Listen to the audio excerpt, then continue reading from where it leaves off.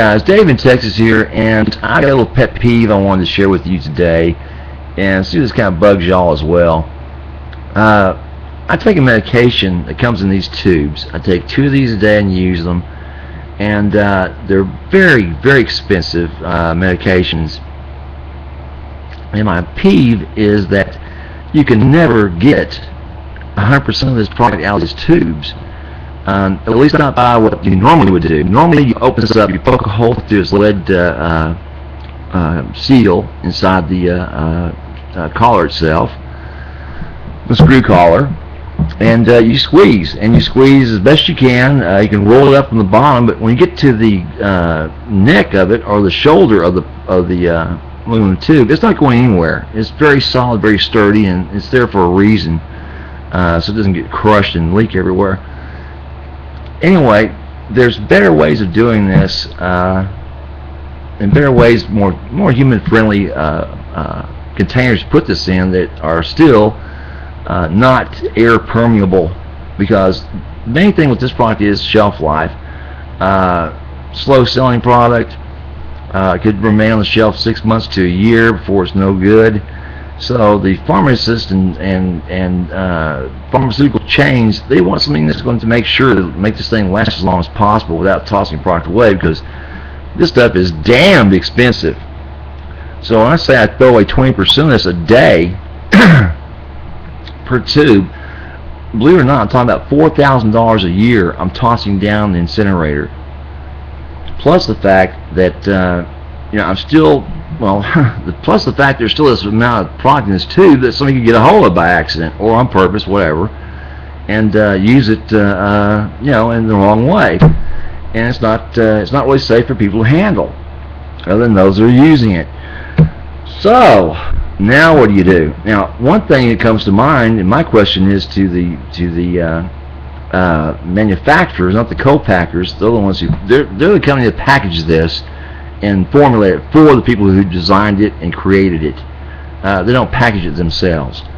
My question is, for the creators of this product, did the co-packer take into consideration the 20% that remains in the tube when they just prescribed a dose or 2 doses?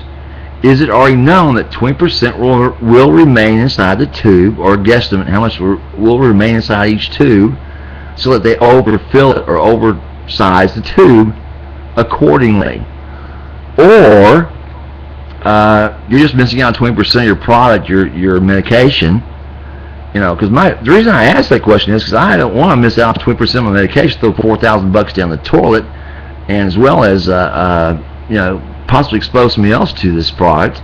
So I take and unfurl the back folds on it and cut it with a pair of scissors and squeeze from the shoulder back, which gets like 99% of this product out. The reason I know that, I took an X-Acto knife, opened it up and looked, and the thing was left with just the sheen, even up to the hole in the collar. It was even out, because I had to really squeeze that stuff out of there. Am I overdosing by 20% each time I do that? I don't know. I've written to them by email.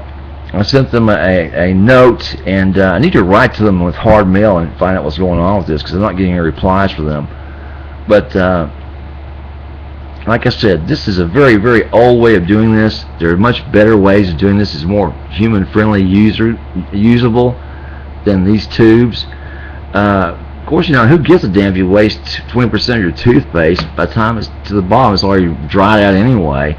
And as a matter of fact, toothpaste, if you look at this toothpaste, just has one seal on the bottom of it, so you can just, if you're just a miser like I am, you actually fold it and bend it all the way up, make sure you get every last drop out of there, rather than squeezing it, from the middle like most people do, like my sugar britches does, which drives me crazy.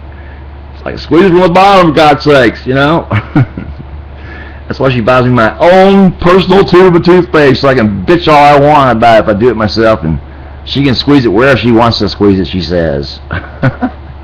Anyway, just wondering, am I overdosing? That's a big question, by squeezing all this product out. Because each day I put this stuff on, I make sure all that product comes out of that tube. And a lot of times these guys do take in consideration that not all that's coming out, so they may overfill it. So, just one of those questions I had in mind, some bitches and gripes about wasting money and insurance dollars. And any other pet peeves that you may have, give me a holler. I'd like to hear them. It's just one of mine that involves $4,000.